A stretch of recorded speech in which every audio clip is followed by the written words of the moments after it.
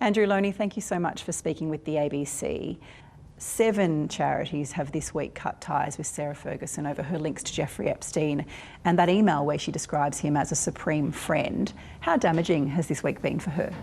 I think it's very damaging. I mean, she is a children's writer. She presents herself as a great champion of charities dealing with young people. And you know, the fact that these charities very, very quickly dissociated themselves from her, I think is indicative of how toxic you know, that link is. You know, I think it's also the hypocrisy and the cynicism with which she was operating. You know, she was professing in public that she would have nothing more to do with Epstein. In fact, I discovered that she was still staying at Epstein's homes 2 years after that particular episode. You've just released a book entitled The Rise and Fall of the House of York. What was the most surprising thing to you as you researched and wrote that book? Well, I think the most surprising thing was to discover that it wasn't just about the financial corruption of the Yorks, but actually it was a much wider problem within the royal family, that people like the Queen, for example, I would say actively colluded with Andrew in some of his operations, particularly as a trade envoy, entertaining dodgy dictators with whom he was doing private business, that complaints that were brought to the Queen by senior diplomats and others, intelligence services, were ignored or rejected. And you know, that for me was surprising, because the image is always that the Queen always put the monarchy before her own family. There would be a lot of people watching this going, oh, you can't say that about the Queen. I accept that people won't want to believe that. All I can say is I did 4 years research, and it's backed up in the course of the book. And we can't always have all the things that we wish for. The name Jeffrey Epstein appears in this book more than 250 times. How intertwined was Jeffrey Epstein with the Duke and Duchess of York?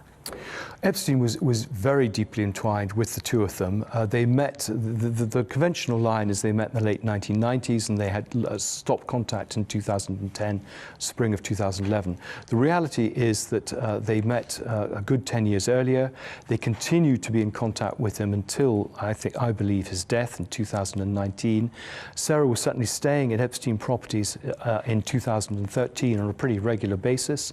We know from legal depositions that Andrew was saying to people, to Epstein, let's play a bit more in 2011. So the public protestations that they had cut links, that they would have nothing more to do with him, were a complete fabrication.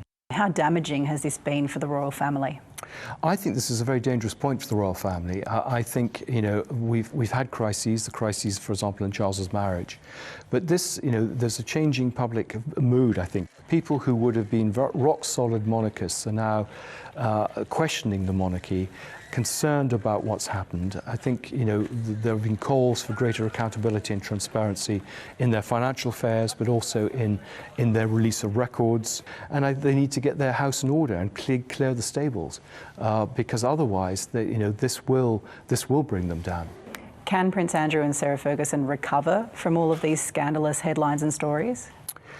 Well, Sarah Ferguson is the great Houdini. She does escape from these things and bounces back, but it's difficult to know what's going to happen. I mean, Andrew was a pretty discredited figure before the book, but I think as people have begun to see just the level of grift involved and the way he's exploited his royal position, I think it's made it very difficult even for him to be seen in public at private events.